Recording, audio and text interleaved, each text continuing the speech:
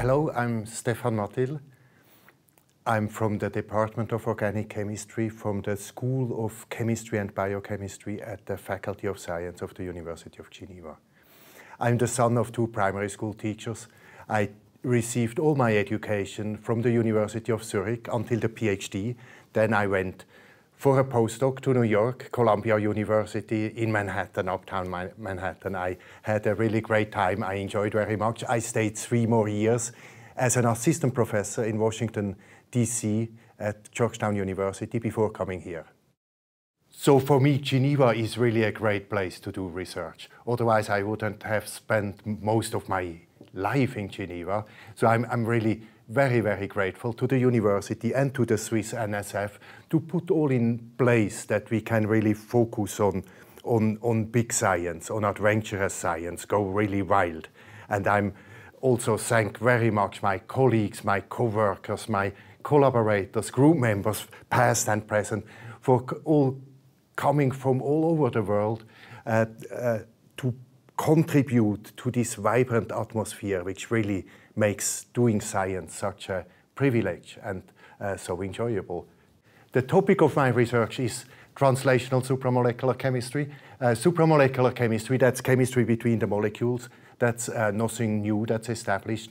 Translational then means that this is supramolecular chemistry that can do something useful, that translates into something worthwhile, something significant. Actually, I observed already early on that many important events in chemistry take place between molecules, not with the molecules, but between the molecules. I also took note that, not many paid attention, especially to the translational part.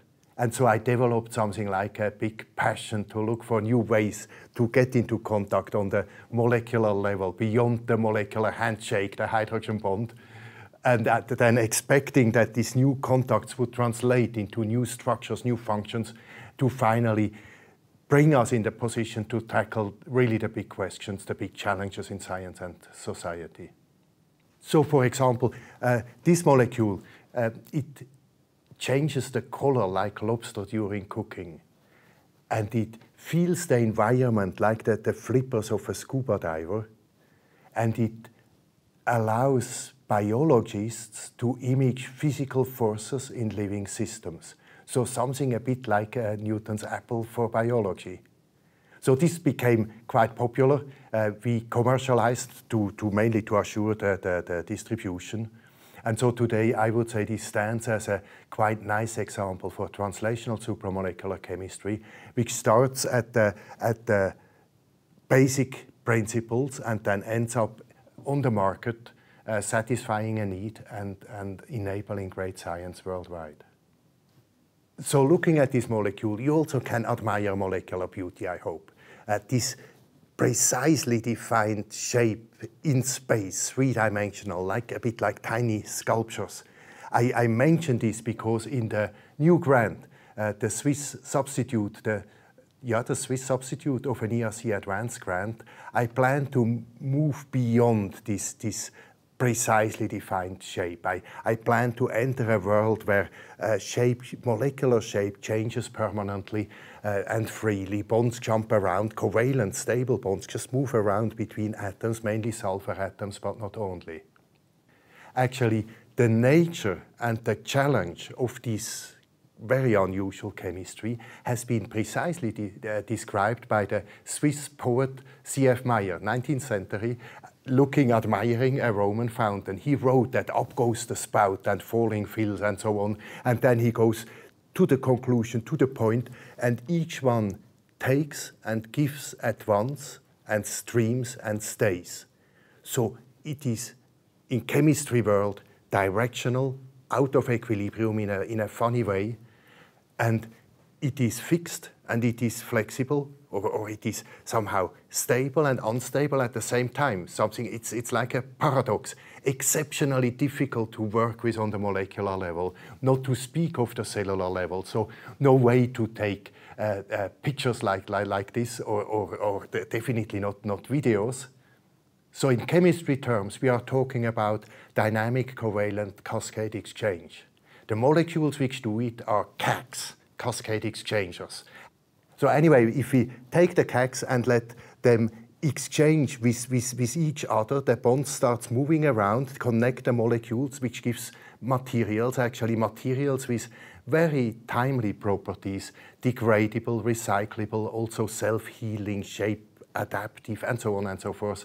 Very interesting, but I'm even more passionate about a slightly more complex form of cascade exchange, where actually one CACs is moving along several CACs held in space, almost a bit like a molecular walker walking along a track, or a fountain moving as described by the poet.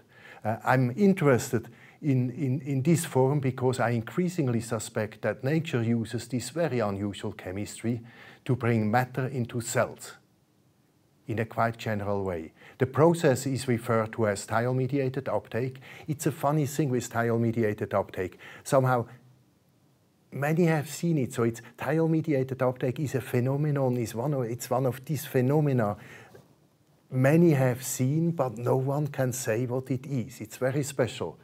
And so also me, for a long time, I thought that's okay as long as it works so good. That's no problem. But now recently, new results came. I cannot explain in detail, but it starts to look like that thiol-mediated uptake is much more important than we all expected. And so for me, it's time to go serious. It's that the time is up to crack thiol-mediated uptake. To do this, the big problem is that we cannot work with structure because the structure always changes. So we have to focus on function to understand. And to do this, we have to make a lot more CACs, which is really great news for us because we like to make molecules. That's our primary expertise. That's our big passion, that making the tiny sculptures. And with these CACs, with this CACs universe or the landscape we map out of CACs, with all these CACs, we will produce heat maps for different functions. These heat maps then should reveal patterns, and these patterns, we expect, will really decode the basics of the chemistry, the cascade exchange chemistry, but then also decode the complex uptake networks that are in place, and also reveal new drug discovery targets if we take the CACs as inhibitors, or produce modern materials if we let the CACs self-exchange.